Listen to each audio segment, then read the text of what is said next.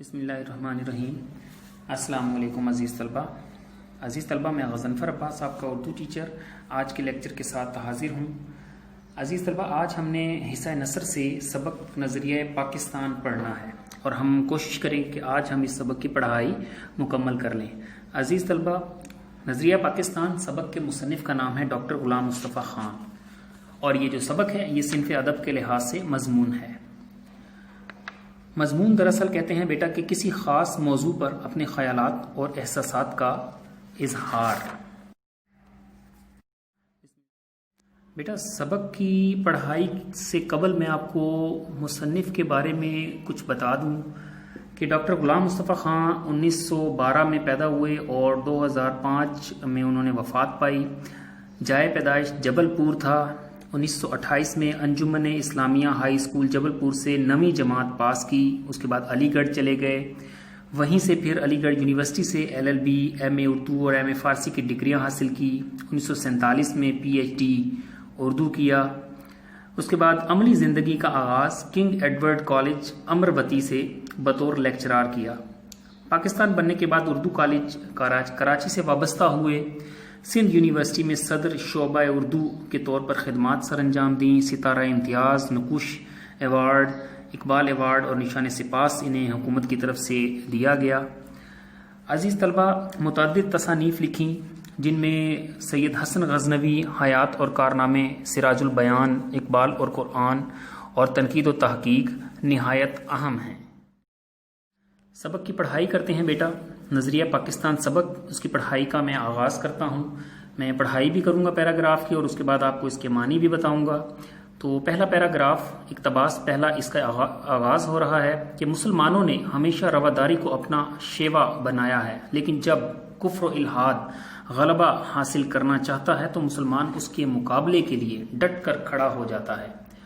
بادشاہ اکبر کی بیجا رواداری اور ملکی سیاست میں ہندوؤں کے عمل دخل کی وجہ سے ملک میں کافرانہ طور طریقے اس قدر رائج ہو گئے تھے کہ مسلمانوں کی آزادی خود ان کے دینی معاملات میں بھی ختم ہو گئی تھی۔ چنانچہ اکبر کے آخری دور میں اسلام کی سربلندی کے لیے حضرت مجدد الف ثانی کھڑے ہوئے۔ آپ نے جہانگیر کے زمانے میں محض دین کی خاطر قید و بند کی سختیاں جھیلیں اور اسلامی قدروں کو نئے سرے سے فروغ دیا۔ ان کے اثر سے شاہ جہاں اور اس کے بعد اس کا بیٹا اورنگزیب دین کا خادم بنا، لیکن اورنگزیب کے بعد ہی اس کے بیٹوں کے باہمی نفاق اور کمزوری کی وجہ سے مغلیہ سلطنت کا زوال شروع ہو گیا۔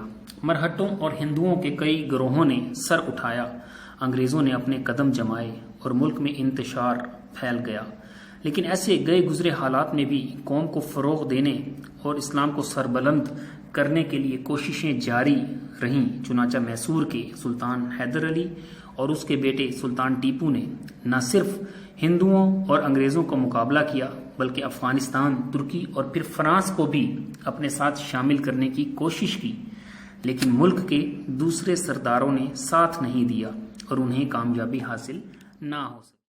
اس اقتباس کے معنی ہیں بیٹا: رواداری، تحمل، برداشت، شیوا، طریقہ، الحاد، دین سے پھرنا، رائج ہو گئے، جاری ہو گئے، سربلندی، ترقی۔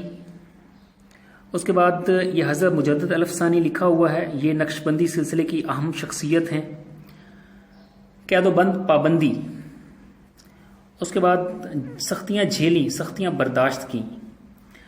پھر ہے زوال، پستی، سر اٹھایا، بغاوت کی، قدم جمائے، قبضہ کیا، انتشار، افراتفری، فروغ، ترقی۔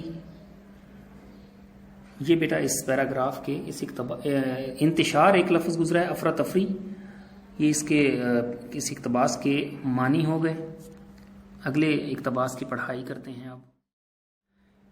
اسی زمانے میں شاہ ولی اللہ دہلوی اور ان کے صاحبزادوں نے مسلمانوں کی اخلاقی اور معاشرتی برائیوں کو دور کرنے کی تحریک شروع کی۔ پھر ان کے پوتے شاہ اسماعیل نے اپنے مرشد سید احمد بریلوی کے ساتھ اسلامی اصولوں کو دوبارہ رائج کرنے اور ملک کو غلامی سے آزاد کرانے کی کوشش میں 1831 میں اپنی جانیں قربان کر دیں۔ تاہم انہوں نے مسلمانوں کے دلوں میں جوش اور ولولہ پیدا کر دیا۔ چنانچہ 1857 کی جنگ آزادی میں مسلمانوں نے پھر اپنے قدم جمانے کی کوشش کی، لیکن انگریزی اقتدار مستحکم ہو چکا تھا، اس لیے انہیں کامیابی نہ ہو سکی۔ اس زمانے میں سر سید نے مجبوراً انگریزوں سے مفاہمت کو غنیمت جانا اور مسلمان قوم کی اخلاقی اور تہذیبی اصلاح پر توجہ دی اور ان کے دلوں سے احساس کمتری کو دور کرنے کی کوشش بھی کی۔ 1885 میں ہندوؤں نے کانگریس کی بنیاد ڈالی اور ظاہر یہ کیا کہ وہ ملک کی تمام قوموں کو ان کے حقوق دلوائیں گے، لیکن بعد میں پتہ چلا کہ وہ صرف اپنے حقوق کا تحفظ چاہتے ہیں۔ انہوں نے مسلمانوں کو ان کے کاروبار سے محروم کرنے کی کوشش کی اور وہ سرکاری ملازمتوں پر بھی قابض ہو گئے۔ نیز انہوں نے مسلمانوں کی مشترکہ زبان اردو کے مقابلے میں ہندی کو قائم کر دیا۔ سر سید نے مسلمانوں کو ہندوؤں کی کانگریس اور ان کی سیاست سے علیحدہ کرنے کی کوشش کی، اور ان کے ایک دوست مولانا محمد قاسم رحمۃ اللہ علیہ نے دیوبند میں مسلمانوں کی دینی تعلیم کی طرف توجہ دی۔ پھر سر سید کے ایک رفیق نواب وقار الملک نے 1906 میں کل ہند مسلم لیگ کے نام سے مسلمانوں کی ایک الگ تنظیم کی بنیاد ڈالی۔ یہ تنظیم ڈھاکے میں قائم ہوئی تھی، جہاں ہندوؤں نے سازش کر کے مسلمانوں کو ذک پہنچانے کے لیے مشرقی بنگال اور آسام کا وہ صوبہ جس میں مسلمانوں کی اکثریت تھی ختم کرا دیا۔ 1911 میں اسی علاقے کو پھر بنگال میں شامل کرا دیا۔ اس اقتباس کے معنی آپ کو بتا دوں بیٹا: رائج کرنے، جاری کرنا، جوش جذبہ ولولہ، جوش جذبہ، قدم جمانا قبضہ کرنا، مستحکم مضبوط، مفاہمت صلح، غنیمت جانا کافی سمجھا، اصلاح درستی، احساس کمتری اپنے آپ کو دوسروں سے کمتر سمجھنا، قابض قبضہ کر لیا، قبضہ کرنے والے۔ اس کے بعد ہے رفیق دوست، پھر ہے بنیاد ڈالی قائم کی، تنظیم جماعت، ذکر نقصان۔ اگلا اقتباس ہے بیٹا کہ اسی زمانے میں پہلی جنگ عظیم چھڑ گئی جس میں انگریز کا مقابلہ جرمنی سے ہوا اور ترکی نے جرمنی کا ساتھ دیا۔ ہندوستان کے مسلمان چونکہ ترکی کے سلطان کو حجاز کی خدمت کرنے کی وجہ سے خلیفہ اسلام سمجھتے تھے، اس لیے انہوں نے مالی اور طبی امداد باہم پہنچائی، جس کی وجہ سے حکومت برطانیہ کو مسلمانوں سے عناد پیدا ہو گیا۔ لیکن انہوں نے یہاں کے مسلمانوں سے وعدہ کیا کہ اگر ہم کو اس جنگ میں فتح حاصل ہوگی تو ہم کسی طرح بھی ترکی کو مزید نقصان نہیں پہنچائیں گے۔ یہ وعدہ محض فریب تھا۔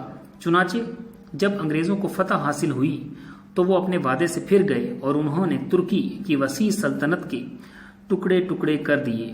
یہاں کے مسلمانوں کو اس فریب کی وجہ سے بہت تکلیف پہنچی اور انہوں نے خلافت کے تحفظ کے لیے مولانا محمد علی جوہر اور ان کے بڑے بھائی مولانا شوکت علی کی رہنمائی میں تحریک خلافت شروع کی۔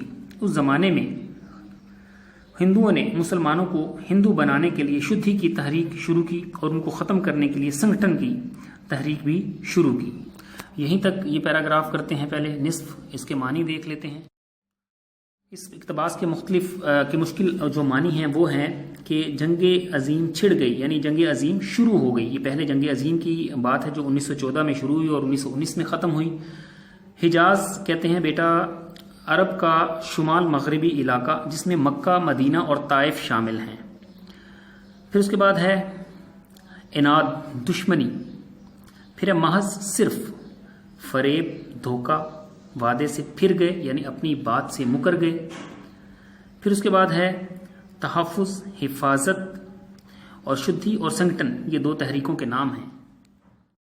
اس اقتباس کا اگلا حصہ دیکھتے ہیں بیٹا۔ پھر 1927 میں کانگریس نے جو نہرو رپورٹ شائع کی اس میں مسلمانوں کے لیے علیحدہ نمائندگی کا اصول جو وہ 12 سال پہلے تسلیم کر چکی تھی بالکل نظر انداز کر دیا۔ پھر تو مسلمانوں میں بڑا جوش پیدا ہوا اور انہیں یقین ہو گیا کہ چونکہ ان کا دین، ان کی تہذیب اور ان کی معاشرت سب کچھ غیر مسلموں سے مختلف ہے، اس لیے کسی حالت میں ہندوؤں سے تعاون نہیں ہو سکتا۔ چنانچہ 1930 میں مسلم لیگ کے الہ آباد والے اجلاس میں علامہ اقبال نے مسلمانوں کے لیے ایک علیحدہ وطن پاکستان بنانے کی تجویز پیش کی۔ 4 سال بعد جب قائد اعظم محمد علی جناح نے مسلم لیگ کی صدارت کا مستقل طور پر عہدہ قبول کیا تو انہوں نے اس تجویز کو عملی جامہ پہنانے کی کوشش شروع کر دی۔ آخرکار 23 مارچ 1940 کو انہوں نے لاہور کے اجلاس میں واضح طور پر یہ اعلان کر دیا کہ جن علاقوں میں مسلمانوں کی اکثریت ہے وہاں ایک آزاد مسلم ریاست قائم کی جائے۔ اس اعلان کو قرارداد پاکستان کہتے ہیں، جس کی روح سے مسلمانوں کی آزاد اور خود مختار حکومت قائم کرنے کا فیصلہ ہوا۔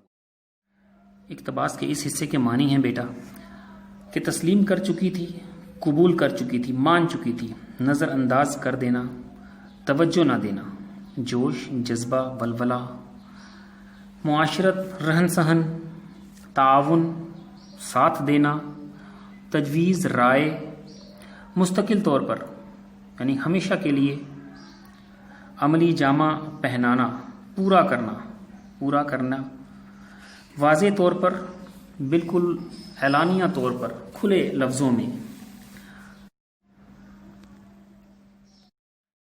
یہ عزیز طلبہ ہمارے لگ بھگ نصف سبق کی پڑھائی مکمل ہو گئی، تو انشاءاللہ کوشش کریں گے کہ اگلے ہفتے میں ہم اس سبق کی پڑھائی جو بقیہ رہ گئی ہے وہ بھی مکمل کریں، اور اس کی جو مشق ہے وہ بھی انشاءاللہ مکمل کرنے کی کوشش کریں گے۔ تو آپ نے کوشش کرنی ہے کہ آپ اس کے جو معنی ہیں وہ اچھے سے یاد کر لیں۔ اس کے علاوہ عزیز طلبہ جو اس ہفتے کے لیے آپ کا جو کام ہوگا وہ ہم نے مضامین جو ہے وہ حصہ مضامین شروع کرنا ہے۔ تو پہلا جو مضمون ہے آب زمزم وہ آپ نے اس پورے ہفتے میں آپ کے پاس وقت ہے، آپ نے وہ اچھے طریقے سے یاد کرنا ہے۔ تو انشاءاللہ اگلے ہفتے پھر آپ سے اگلے لیکچر کے ساتھ ملاقات ہوگی۔ تب تک کے لیے اپنا خیال رکھیے۔ اللہ حافظ۔